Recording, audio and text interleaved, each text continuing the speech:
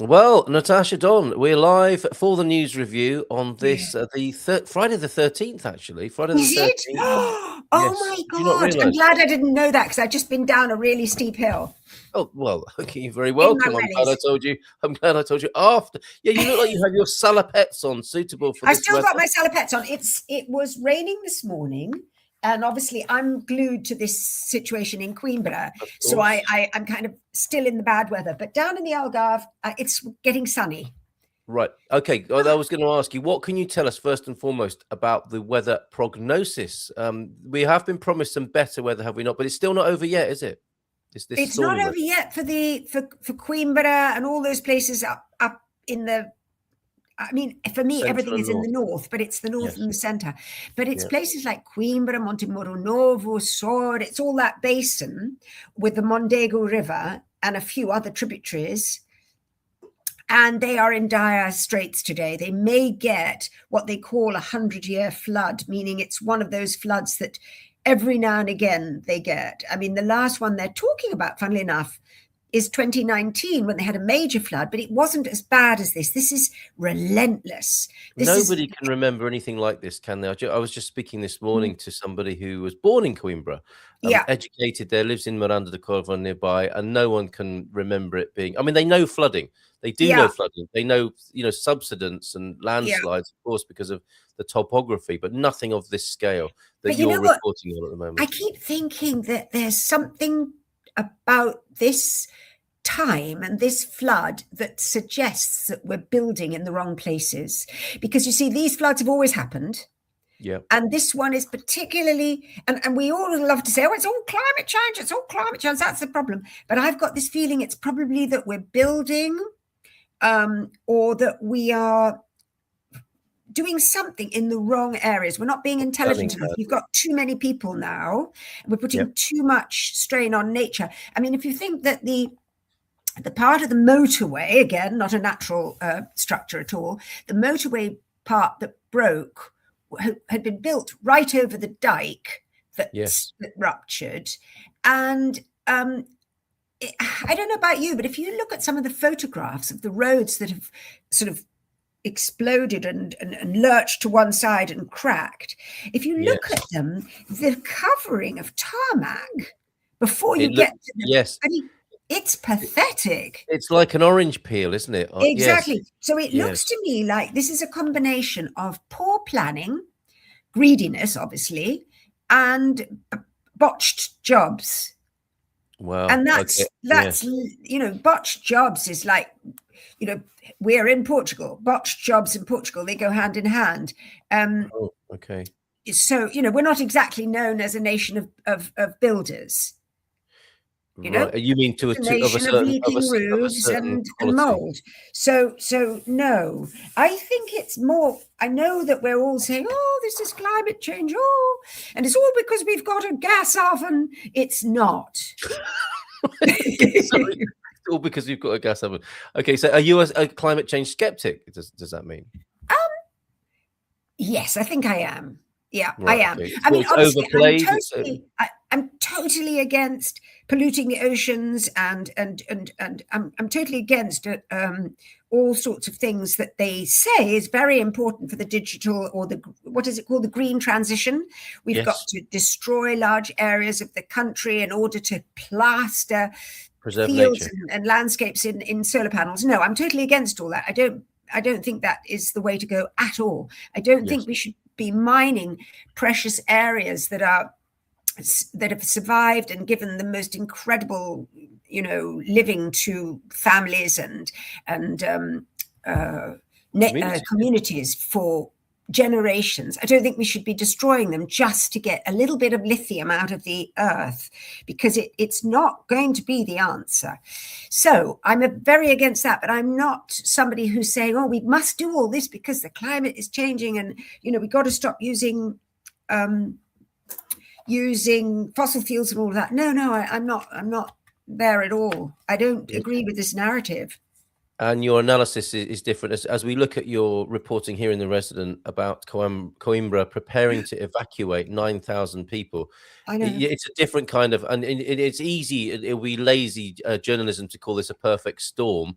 it's an imperfect storm, but it is a convergence of other factors that you've just mentioned to us there, of Exactly. shoddiness and bad planning that's being Exactly. tested by this relentless weather. And now we're poised on a situation like this where 9,000 people in a Portuguese city may need to be evacuated, and this decision is expected any moment now, isn't it? It should be coming basically in the next hour. They said the decisions would start being made between 8 and 9 today, but I think the meeting actually wasn't until 9, because these people have been up probably most nights since the end of January. I mean, this particular mayor is amazing. Isn't she just? She is pretty fantastic. And she was worrying about flooding in Coimbra on January the 29th, when she was having meetings and trying to get everybody sort of aware that it was on the cards. So she's been working towards this absolutely step by step.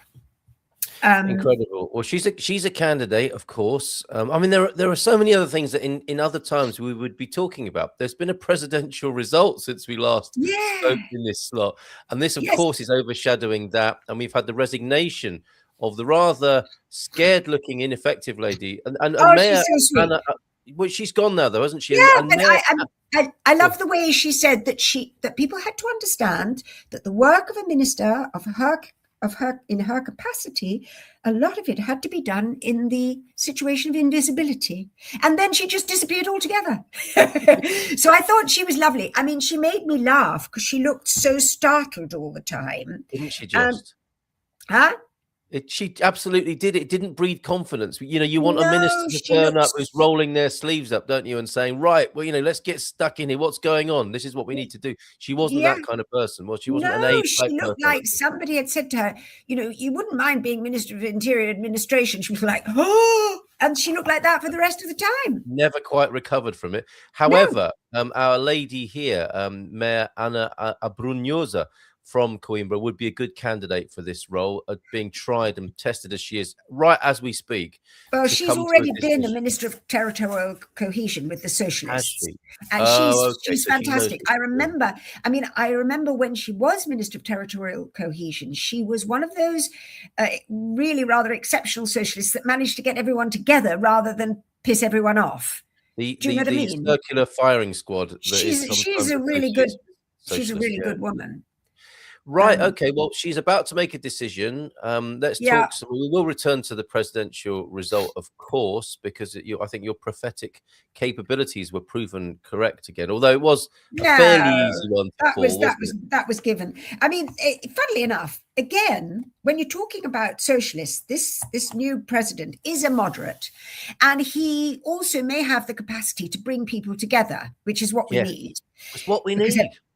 Yeah, we do. And you know what? I keep thinking, wouldn't it be better, rather than having these two rather inadequate traditional parties, the PSD, who are basically running the government, and the PS that aren't, but would like to be because they used to. I think instead of having them always, you know, either one or the other, there are times when it would be good to get the best out of both parties and get them working for the country. That's a radical idea. It's not really. I mean, it's not something that anybody would want. But if I was a moderate president, I think I would be trying to get people, the intelligent ones, because there aren't that many of them, to get the intelligent ones together and say, come on, guys, let's do a bit like the Secretary General of the PS said, let's do it's not a task force. He called it something else, some sort of body that would be there to respond, for instance, in these kind of emergencies. And I think that needs to be a cross-party thing. But instead of having all these, you know, cloth caps shouting and screaming at each other, people, just get the intelligent ones. That would be a true coalition of power. Coalition of the intelligent. Indeed. Okay. Right, we'll come back to Coimbra, because it is actually, you know, that's a live story, and you're keeping an eye on that for us as we speak this morning. And let's dwell then on Segura right now. And it was me, I suppose, that was getting a bit worked up about that and thinking, this idea that, oh no, it could never happen here, and the upsets we've seen elsewhere in the world, that didn't happen in Portugal. Safety was sought in the figure of Seguro, who is now in his transitionary you handover. mean it didn't happen that Ventura got in? Correct. Well, yes. He could, you know what? To be honest, he didn't want to be president. No, that's right. That's right. He wants to be prime minister. Secondly, he's so he's criticizing that. He would be chaotic, and he knows that. Everyone knows that. He'd be chaotic as a president. He's good to have in Parliament because he does say some very relevant things. But he also says some very silly things. So, you know, we don't need on top of everything else, a country that's falling apart, roads that are buckling, bad planning. We don't need a president that really doesn't know what he's going to say from one minute to the next. Yes, except just be angry all the time and causing other people to be angry. That's not what we're looking for in this role that this gentleman here is going into, and the transition has begun. It's a steady process where it's not like one in, one out with their cardboard boxes. This is Marcelo will be in an ongoing relationship to transition into this role smoothly. Antonio José Seguro, an absolutely resounding win, the most votes ever, I think. Right? Yeah, incredible. When you think that people were up against it with the weather and everything else, you'd have thought that there would have been, you know, normal, quite high abstention, but it was actually relatively low abstention. It was like 50%. But we many times have much more than that. Yes. Now you made mention there of a good, stable pair of hands in this role. I think you're alluding to what the country has coming in the pipeline. We've got to get over this as an emergency, but there is so much to clear up, clean up, and repair.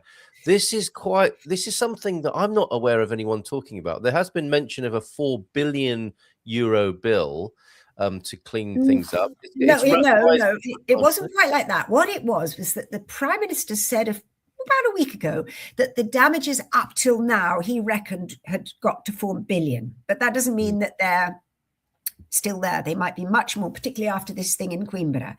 But what he did say yesterday, he went to Alcácer, which is still being flooded, poor town. This is the trouble with these floods. They just go on and on and on. And he said that what they're doing, his government is coming up with, is he called it a PTRR, as opposed to a PRR or PRR, which was the Plan for Recovery and Resilience. This government is going to come up with a PT, Portuguese Recovery and Resilience Plan.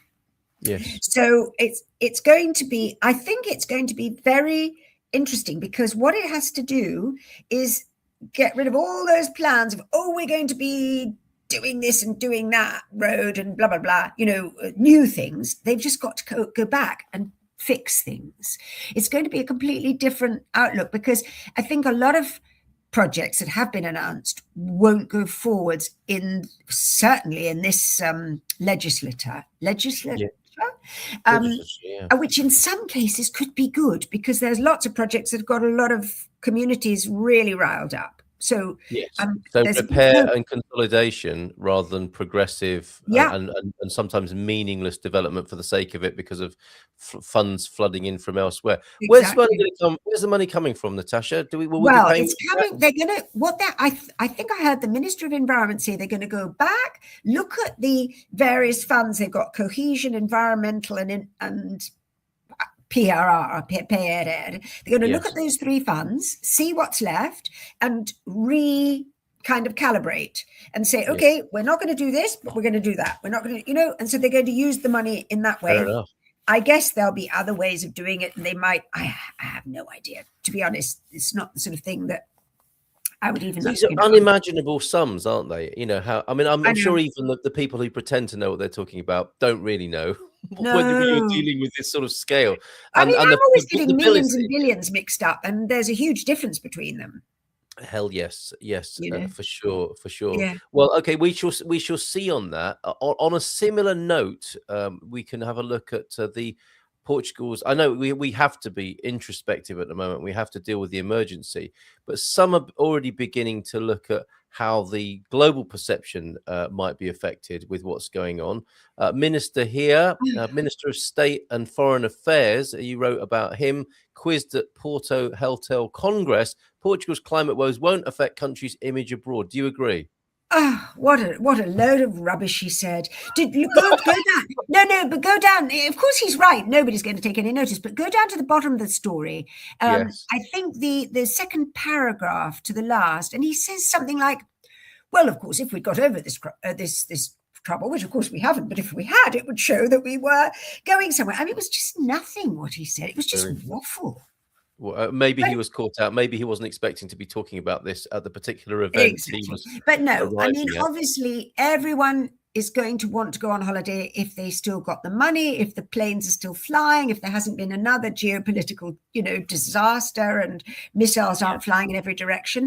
People who come on holiday, they love it. And, they need we love this culture. We know that people love to come on holiday here. So as far as you're concerned, that won't be affected going forward, notwithstanding other influences, of course, that affect every other country. That's the point, isn't it? And I think and perhaps you could say, in this regard, sometimes Portugal is ahead of the curve, sometimes it's behind it.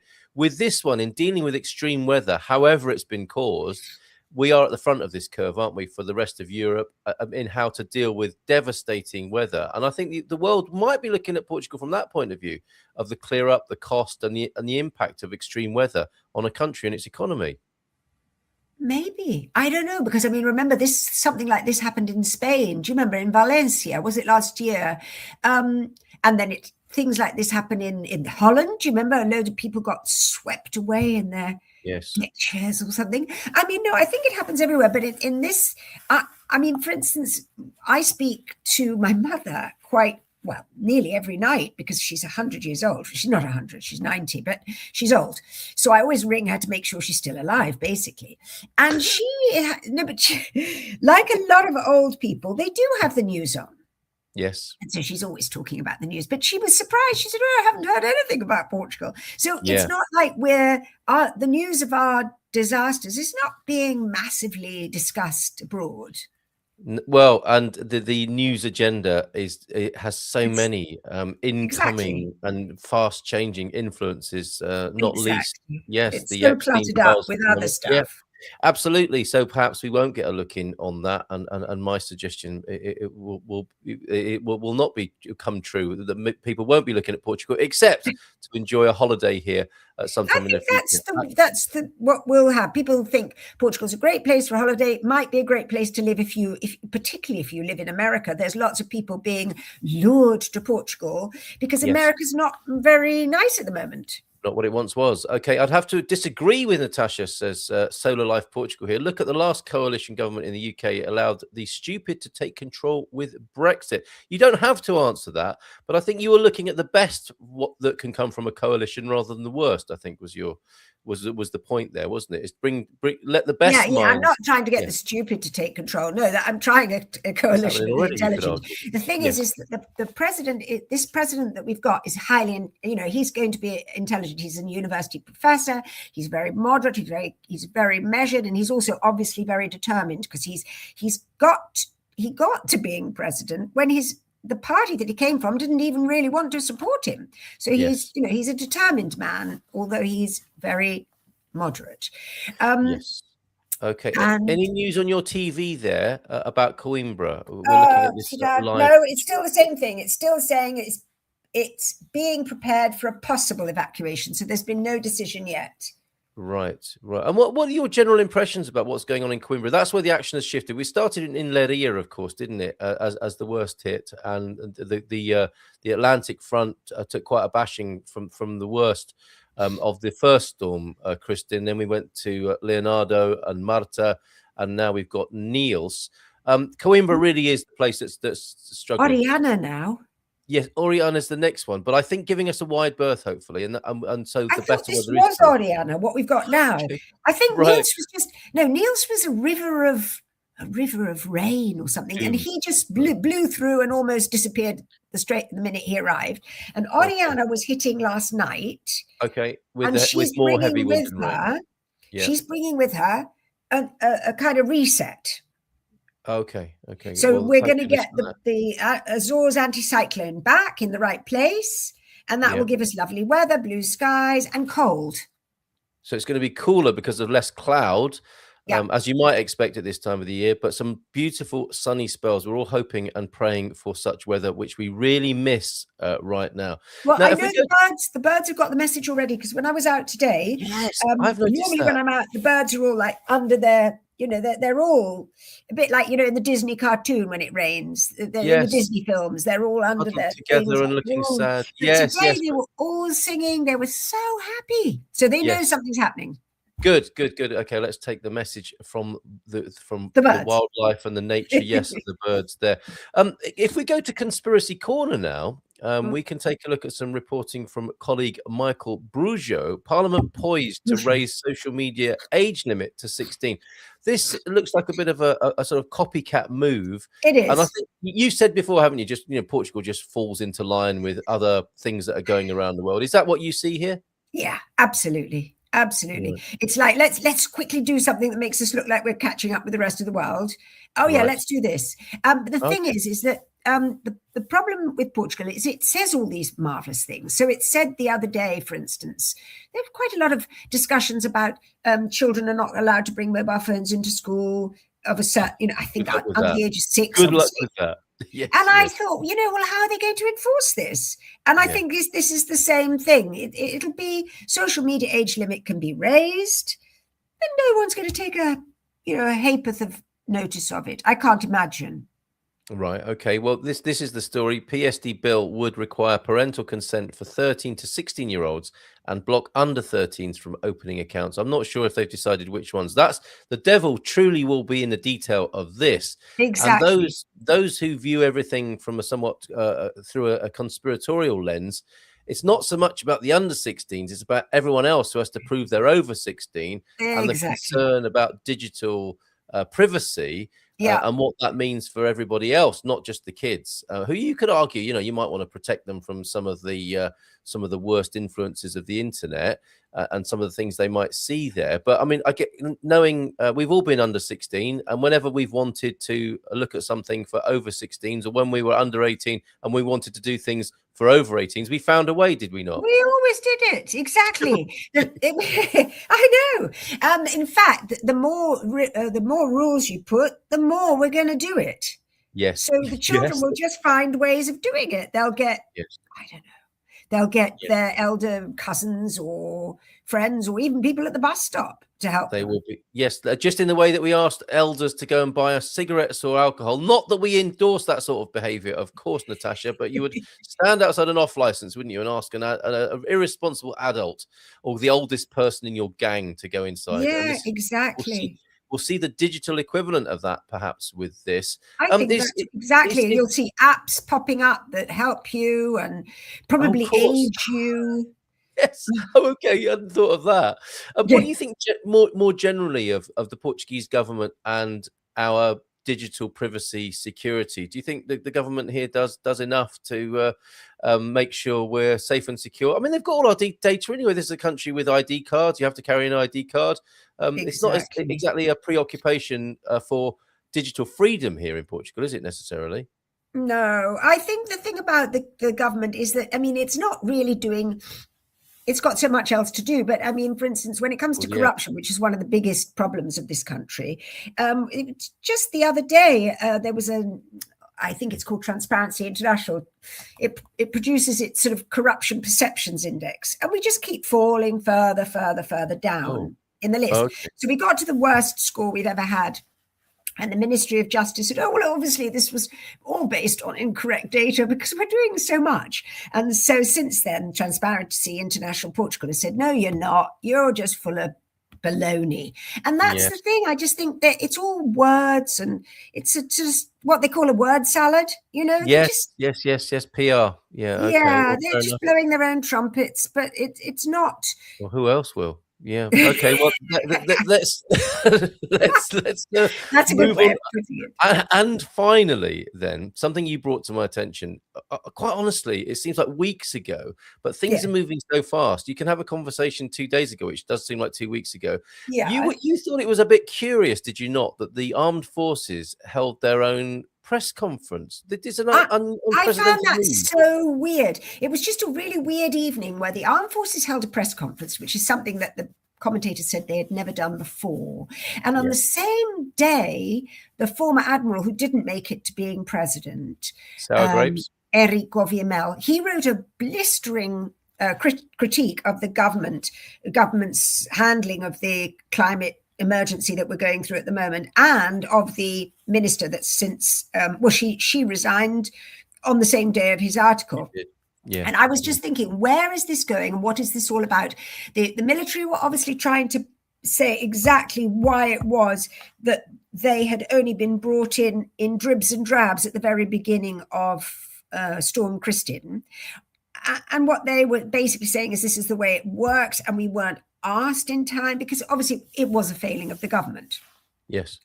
And this will all come out. Themselves. Yes, this will all come out in a debate that keeps being delayed because of the bad weather. So everything's happening in a sort of very disjointed way. It should have all happened seamlessly, that the army gave this press conference imagining that the debate in which they would be criticized was happening the next day. But then because of the bad weather, the debate's now been bumped over to next week, I think Thursday. Mm-hmm. And so by then we'll have forgotten that the army held a press conference, and it'll be less odd. But there's still this question, is Gov but with all his criticism and his expertise, because he's obviously a very capable man and he kept things together in the Navy for a long time. And the pandemic, he spearheaded the campaign, the pandemic vaccination. He did, because that was put in the hands of, in the initial time of a socialist who made a marvelous mess, getting all his friends and his chums vaccinated first. So now the big question is Gov Viemel, because he's now free, because he didn't make it to being president, is he going to take a role in maybe becoming the Minister of Internal Administration? He was asked this on air after his article came out in Publico, and he said that he wasn't interested at all. But, who knows? Because nobody ever really says what they mean anymore. In politics, certainly, yes. I guess politics, yes. You're just sort of venturing an idea just to see, like, it's a plume of smoke, isn't it, to see what happens on the horizon, see how people respond. So that's the sort of next interesting thing. But I think the really... Well, today the big thing is Coimbra, and now I'm on the wrong channel, I realise. So now I've got people jumping about in ridiculous costumes. The big thing is that happens, doesn't it? At one moment you're looking at the really up to the moment news coverage, and the next thing you know, we've got an idiot jumping about in costumes. Yes. You don't know why they do it. No, but the big thing is what's going to happen there. But then I think the next really important thing is, what is this rebuilding plan? Yeah. How are we going to do it? What projects won't be undertaken? Yes. Because most people will be praying that a lot of these really horrendous so-called environmental transition. Yes, the Sophia project. Yeah, absolutely. That might not happen. Well, and do you know what occurred to me as well with this, Natasha, on this topic? Is some things will be abandoned as well, won't they? We won't have the luxury of having perhaps a tarmac road to the top of a hill in the middle of nowhere in Portugal that we may have become used to. That might just be abandoned. We will have to prioritize, won't we? Yeah, but maybe we didn't need it anyway. And it was sometimes these roads, you find these amazing roads and you think, well, what was that all about? Why did they do that road there? Yes. Yes. So, there might be more thought going into things. And things being abandoned. Certainly an incredible amount of reprioritization will follow this situation that we're in at the moment. And we're not out of it yet. I mean, you're making that point. All eyes on Coimbra at the moment. That's really where... Well, it's a whole area, isn't it? Because after Coimbra, it goes down to all these poor places that have been, surrounded by water for a week, over a week. Well, we need to point out Coimbra. You can imagine it is a city, which it is, but it's also a district. That often happens with in Portugal. You'll get the city and the district of the same name. All eyes on the district of Coimbra and the Mondego flooding at the moment, and we send those people there who are poised to be evacuated our very best wishes and hope that passes, and that we do move on to this better weather for the weekend. Oh, we will. On this Friday the 13th. Thank you, Natasha. We'll see you again next week. Well, I suspect things will have moved on again at an alarming pace which we're becoming used to. This is the new normal of news, isn't it? Exactly. It's the new normal. Keep on your toes and don't look back. Excellent. Thank you very much indeed. Okay. If you'd like to comment in the chat, please do so. And we'll see you again next week. Bye for now. Okay. Bye-bye. Bye-bye.